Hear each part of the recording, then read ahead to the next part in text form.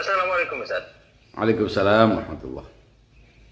Ya, drama di Duren 3 berakhir dengan vonis mati oleh Pengadilan Negeri Jakarta Selatan kepada Ferdy Sambo, Ustaz. Bagaimana Anda melihat vonis ini, Ustaz? Ya, bismillahirrahmanirrahim. Sebetulnya Ferdy Sambo itu sudah divonis mati oleh banyak netizen di luar pengadilan, entah itu karena digiring oleh sebagian influencer atau pejabat yang terlihat sering berbicara tentang ini seolah dia adalah pihak yang mewakili rasa keadilan publik. Hampir tidak ada satu pandangan yang sedikit lebih melihat sisi kemanusiaan di balik kasus yang terjadi di Duren 3 itu. Bahkan menambahkan masalah-masalah yang sebetulnya tidak terkait dengan kasus ini. Terlepas apakah yang dilakukan oleh Sambo itu sudah pasti kejahatan menurut hukum, tapi saya melihat ada satu sisi yang terlewat dari banyak pandangan yang dikemukakan, yaitu sesuatu yang tidak ada hubungannya mungkin dengan alat bukti, dengan saksi-saksi. Ada sesuatu yang hilang. Apa sebenarnya yang hilang? Kan yang tergambar itu seolah semua apa yang dikemukakannya itu tertolak gitu. Bahwa Ferdy Sambo mengaku sebagai orang yang hilaf, orang yang emosi, bahwa dia punya rasa marah yang besar karena kehormatannya diinjak-injak, itu seolah tidak ada artinya. Seolah tidak mempertimbangkan aspek itu. Karena di luar sana, di luar ruang sidang, sudah begitu santer. Sudah ada orkestra, ada pandangan yang umum bahwa Ferdy Sambo ini apapun pandangannya negatif. Semua yang diomongkannya palsu, semuanya adalah rekayasa, bahwa dia punya tujuan jahat ini dan itu. Nah, mengapa seolah-olah semuanya tidak memberi peluang bahwa ada sesuatu di balik kasus ini? Dan pada saat yang sama, vonis yang dijatuhkan itu sendiri sudah melebihi tuntutan jaksa. Kemudian vonis yang diberikan kepada orang yang juga terlibat dalam aksi pembunuhan itu, yang kalau bukan karena dia tidak terjadi pembunuhan itu tiba-tiba menjadi hero. Atau divonis ringan. Ya, adakah kemungkinan di balik ini ada sesuatu yang perlu kita renungkan? Mengapa seorang Ferdy Sambo yang sudah begitu kuat, powerful, punya pangkat, bintang 2, punya kekuatan, punya kekayaan, punya anak buah, itu melakukan sesuatu yang dalam tanda petik konyol? Apa yang mendorongnya? Nah, bukankah ini justru mestinya dieksplor, diangkat ke permukaan? Oke, artinya Ustaz sebenarnya menduga ada yang lebih dalam lagi seharusnya terungkap di sini. Mungkin itu memang secara hukum tidak diangkat. Motif, saya tidak tahu dalam proses peradilan itu bagaimana. Yang jelas Ferdy Sambo itu kalau memang orang yang punya kekuatan, punya kejahatan dan itu terencana, mestinya ya rapi. Justru karena ketidakrapian itu dan mudah diketahui bahwa ini adalah rekayasa, apa yang dilakukan oleh Ferdy Sambo, bukankah itu menunjukkan bahwa dia memang terdorong oleh emosi? Dan emosi itu spontan. Apa yang mendorongnya secara spontan itu sudah diungkapkan bahwa dia marah. Dia merasa kehormatan istrinya dilecehkan. Dan karena itu bagi dia adalah sesuatu yang lebih penting dari apapun. Dia tidak peduli terhadap jabatannya, terhadap posisinya, terhadap jabatan, terhadap kekuasaan, terhadap kekayaan, terhadap apapun. Itu yang justru melandasi dan memberikan kesan bahwa itu tidak terencana dan itu spontanitas. Bahwa setelah dia melakukannya secara spontan itu direkayasa setelah terjadi, itu sangat mungkin. Tapi itu jelas menggambarkan betapa dia orang yang tidak peduli terhadap kekuasaan, terhadap posisinya. Bukankah itu menjelaskan adanya sesuatu yang menjadi motif, yaitu moral kehormatan? Baik Ustaz, tapi bukankah itu menandakan bahwa dia berbahaya Ustaz? dengan emosinya seperti itu, dengan tindakannya seperti itu, dengan posisinya dan jabatannya, itu ternyata bisa bertindak seperti itu, membunuh bawahannya sendiri. Nah, itu bukankah berarti dia sangat berbahaya di posisi tersebut dengan emosi seperti itu? Bagaimana dengan itu, Ustaz? Jadi begini, bahwa dia melakukan kejahatan, bahwa dia salah itu tentu sudah tidak bisa dibantah. Kita tidak sedang mengatakan dia tidak bersalah. Tapi saya ingin melihat kenapa kita tidak berusaha untuk mencari sisi lain. Bahwa orang yang merasa kehormatan yang diinjak dan menganggap kehormatan itu segala-galanya, dia bisa melakukan itu. Bukan hanya dia, siapapun. Saya kira bukan sesuatu yang khas.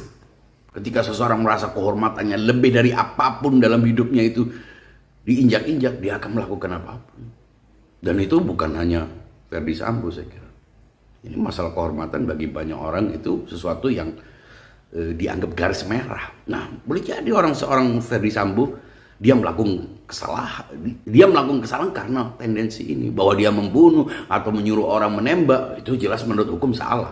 Saya tidak sedang berbicara tentang salah dan benar, tapi apakah sepadan ketika motifnya itu adalah sesuatu yang mendasari dia, sesuatu yang dia anggap sangat utama, sesuatu yang dia pertahankan yang lebih dari apapun dalam hidupnya, yaitu kehormatan istrinya. Itu bisa dilakukan oleh siapapun ketika dia merasa ada sesuatu yang lebih penting dari jabatan, lebih penting dari kekayaan di atas semuanya, bisa dilakukan oleh siapapun. Justru kalau dia punya motif lain, pastinya lebih rapi, punya waktu dia untuk merencanakan.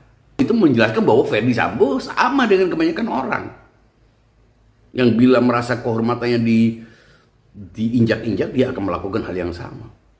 Kalau dia tujuannya bukan itu, bukan motif menjaga kehormatannya, ya mestinya dia tidak mengorbankan posisinya. Dia sudah tidak lagi melihat benar dan salah. Dia sudah tidak lagi melihat apakah ini menguntungkan dirinya, posisinya, merugikan nama baiknya. Dia tidak melihat itu. Dan saya kira itu manusiawi, kalau memang itu yang menjadi motif. Baik, Ustaz. Kemudian menurut Anda apa kira-kira yang membuat ini lepas lewat atau malah tidak diungkap? Kenapa ini terlewat? Mungkin tidak terlewat, tapi opini di luar itu sangat kuat dan itu cukup memberi tekanan yang berat bagi institusi pengadilan, bagi hakim, dan boleh jadi ada yang memang mengamplifikasi ini menjadi seolah ini adalah prestasi, atau meringkas semua masalah kepolisian di satu orang. Boleh jadi. Kita tidak tahu apa di balik ini semuanya. Yang jelas kalau memang betul-betul sesuai hukum, ya vonis hakim tidak lebih dari kejaksaan, tuntutan jaksa penuntut, dan pelaku-pelaku lainnya juga mendapatkan hukum yang sepadan. Tapi tiba-tiba ini menjadi hero, sementara ini dihukum dengan dengan masa hukuman yang sangat ringan, bahkan diusulkan untuk kembali kepada kepolisian. Ini bagi saya ada yang ganjil. Tapi ya namanya hukum di Indonesia itu kan, pengadilan lebih mengacu kepada sistem pengadilan yang diberikan hak kepada seorang hakim untuk memutuskan bersalah, juga jumlah hukumannya berbeda dengan sistem Anglo-Saxon yang memberikan putusan bersalah dan tidak bersalah kepada juri, sementara hakim hanya berhak untuk menetapkan jumlah hukuman. Ini kan lebih subjektif menurut saya itu. Oke, Ustaz. Kalau begitu pelajaran apa yang bisa kita petik dari kasus Duren 3 dengan pengadilannya dan vonisnya ini saat ini, Ustaz?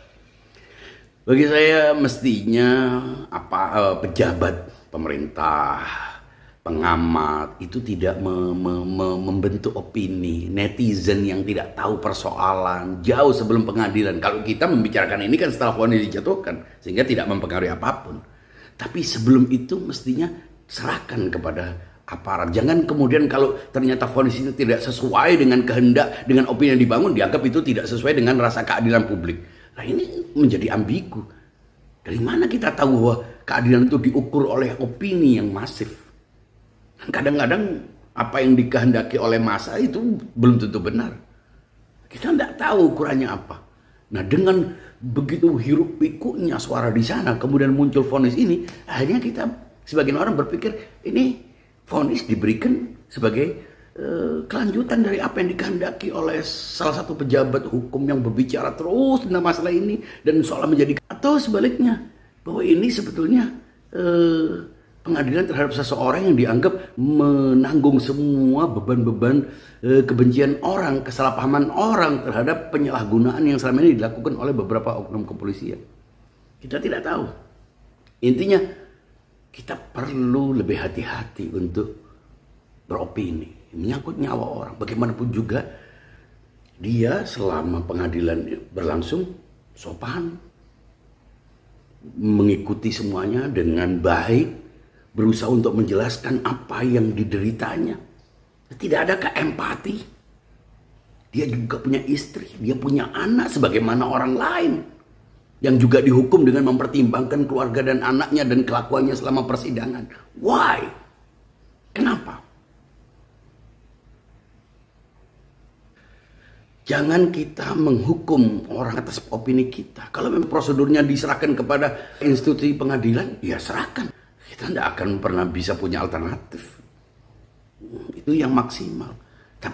Dan mungkin orang tidak berani berbeda dengan arus yang paling besar. Tapi kita juga tidak ingin dipengaruhi oleh opini yang belum tentu memihak kepada kebenaran yang tersimpan di balik semua drama ini. Jangan kita mengecam perbuatan yang boleh jadi kita juga melakukannya dalam situasi yang terdesak. Itu yang kita sebut dengan moral kehormatan. Enjoy your faith.